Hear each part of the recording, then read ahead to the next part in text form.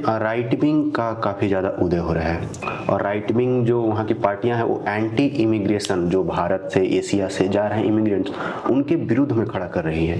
तो ये भारत को कैसे प्रभावित कर रहा है और वहाँ उनका मानना है कि हमारी कल्चर को ये लोग ख़त्म कर रहे हैं।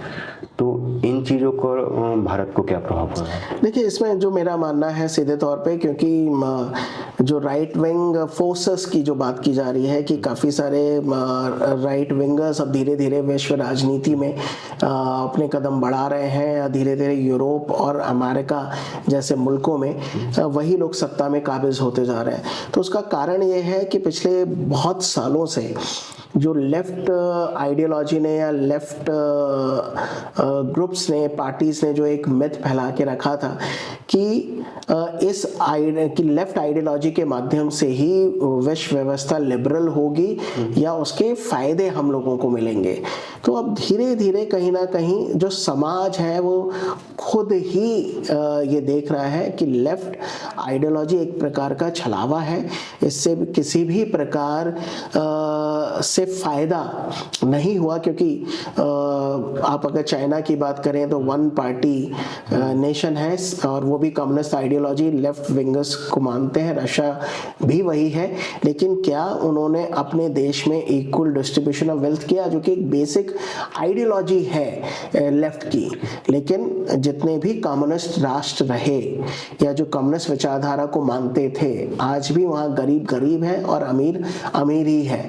तो लोगों के मन से ये जो एक पट्टी बांध दी थी या उनको अंधा कर दिया था लेफ्ट की विचारधारा से, उनका भ्रम टूटा है। अब उनको ये लग रहा है कि नहीं, हमें अपने देश के लिए, अपने समाज के लिए, उनकी तरक्की के लिए आगे बढ़ना चाहिए। और इसी वजह से मुझे लगता है कि धीरे धीरे जो यानी अंतर्राष्ट्रीय राजनीति जिनको राइट विंगर बोला जाता है, वो धीरे धीरे सत्ता में वापस आ रहे हैं। लेकिन उनकी वजह से ऐसा नहीं है कि विश्व व्यवस्था खराब होती जा रही है या लिबरलिज्म नहीं है। ये तो एक खांचा बनाया था लेफ्ट ने कि हम लिबरल हैं और ये कंजर्वेटिव्स हैं, जबकि ऐसा नहीं है, और कि ये अथॉरिटेरियन है। जबकि लेफ्ट के कोई भी मुल्क आप निकाल के देख लीजिए, वहाँ पे सिंगल पार्टी रूल ही रहा या अथॉरिटेरियनिज्म है। शी जिनपिंग काहे नहीं हट रहे हैं। रशिया में पुतिन इतने सालों से वही कब्जियाए बैठे हैं। वेनेजुएला जो कि एक लिबरल राष्ट्र था, जिस दिन वो कम्युनिज्म को अपनाता है ह्यूगो चावेज के नेतृत्व में, और आज वेनेजुएला एक बैंकरप्ट नेशन की तरह खड़ा हुआ है और ह्यूगो चावेज ने उस पूरे देश को बर्बाद कर डाला।